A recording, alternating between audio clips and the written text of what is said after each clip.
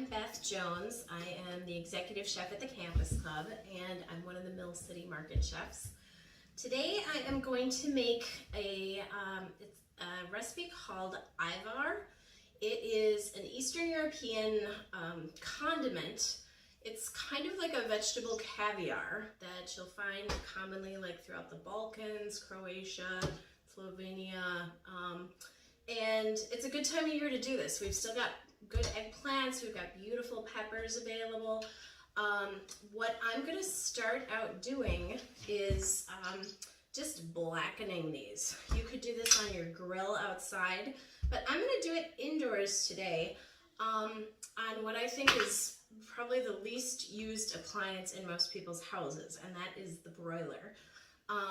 It's just, it's a simple tool to use. You just turn it up to high, get it preheated. I've got my veggies. I've got 2 small eggplants. These were from my own garden. I think the recipe calls for a medium-sized eggplant, but if you have smaller ones, that's fine.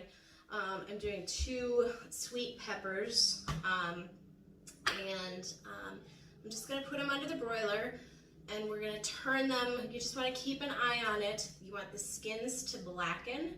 It'll take a little bit to do it, but you want them to blacken on all sides, so you'll need to turn it a few times. I have my broiler preheated, and the trick with broiling things is you want that pan to be really close to the broiler element. You can see like the eggplants are maybe only about an inch away from it. You need it to be super close so that you'll get a good char on it. I just have it sitting on a sheet pan with kind of a silicone mat that'll keep the pan clean, and it's a little easier to wash up. The vegetables have been in for maybe about 5 minutes or so, and you can see the eggplant is kind of blackened. So I'm just going to go ahead and turn it. You can also see it's starting to get a little bit softer too. The skin is nice and blistered. The peppers are getting a little dark, but I'm going to let that yellow one go a little longer. Yeah, so we'll stick that back in, and we'll give it another 5-10 minutes or so. So the peppers cooked faster than the eggplant, which is to be expected. I've had these out for a minute, and I just pulled the eggplant out. And these are pretty like dense, heavy eggplants.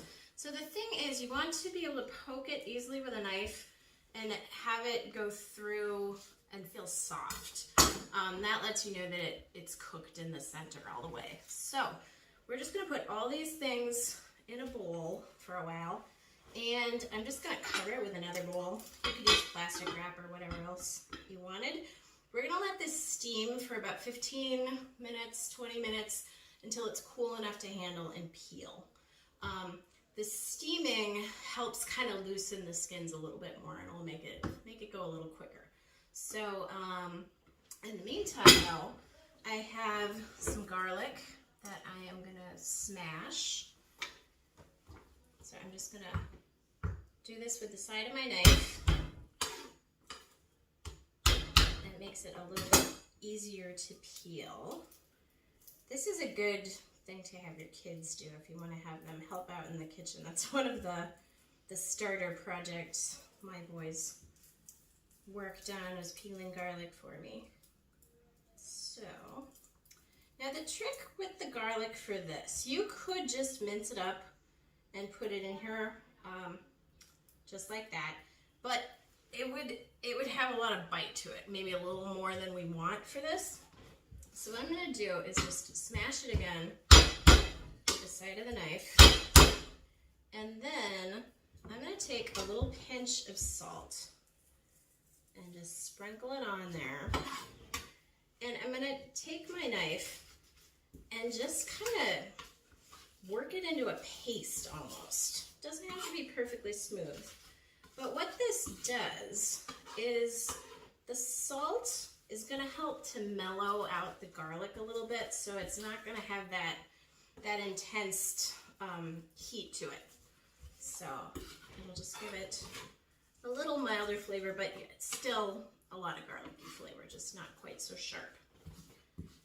So, got that worked in pretty well. And then I'm just going to run my knife through it one more time, just to get some of the bigger fibers minced up. And then I'll do it one more time with the side of my knife.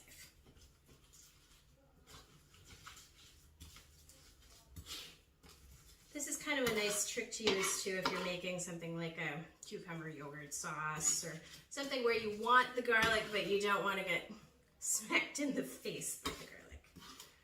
So, just going to put that in my bowl. And then I have some fresh herbs. I can go ahead and chop those now. Normally I would say if you're going to make this for a dinner that you're going to have in like 4 hours or something like that, wait to do the herbs. Put those in like right before you're going to serve it. That way they're nice and fresh and bright and more fragrant. So what I have here is a couple sprigs of fresh parsley and some fresh basil. You could use whatever you want. If you have some cilantro left over, mint would be kind of nice in here too. I would say though, maybe stick to the softer leaved herbs. Rosemary, thyme are a little bit too intense maybe in the flavor, and also they're the texture can be a little bit woody. Those are herbs that tend to benefit from a little heat in cooking. So I'm just gonna bunch these up and do kind of a chiffonade on this.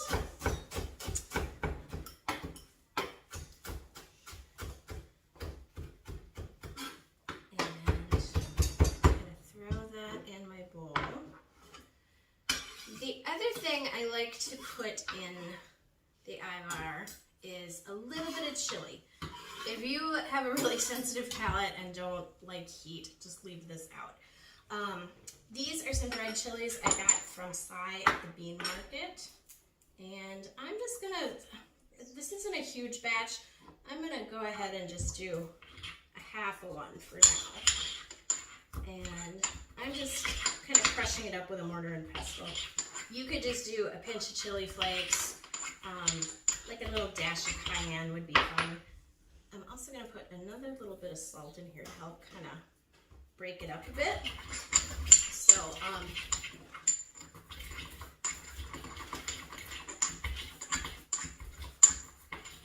I'll go ahead and do that. So yeah, I would say I definitely recommend if you need to buy some dried chilies, get them at the market. A lot of the farmers have them, and you know you can keep them throughout the winter. So we're gonna let these steam a little bit longer, and then I'll come back and finish the dish.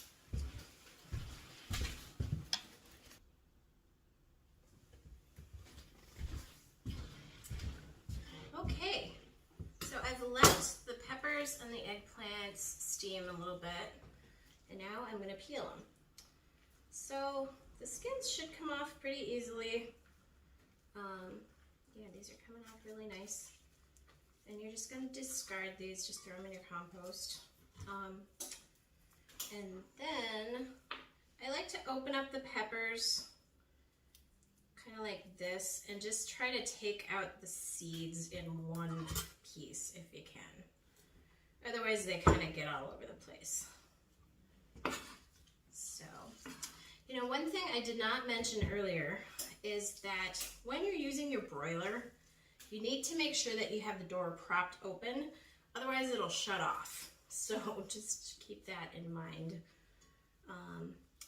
And it's a good tool to use. It's kind of nice for, you know, toasting some bread real fast for crostinis. If you're doing something like that, though, keep a close eye on it because it can go from perfect to burned in no time. With something like this where you want it blackened anyways, though, it's kind of the perfect tool. So let me just get the rest of these seeds out of here. These look lovely. This is the perfect time of year for this dish. So the way I love to serve this is with some kind of kebab. It's great with lamb.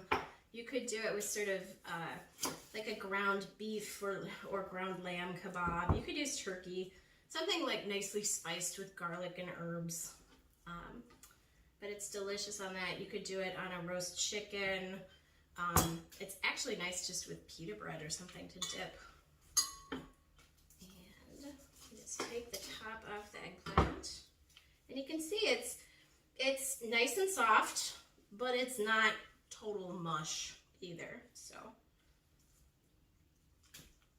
now I've seen different recipes for this where they actually puree it, and you could do that. I prefer it a little bit chunkier with some nice texture. So now I'm just gonna kind of do a rough chop on this. We'll split this down the side. And like that. The eggplant's still a little bit warm, but it's workable.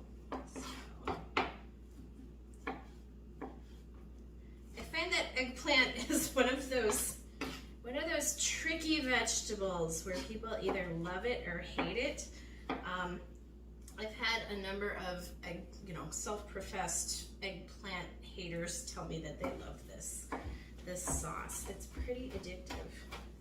All right, so I'm just gonna give it a little bit of a rough chop here, and then sprinkle it with the salt.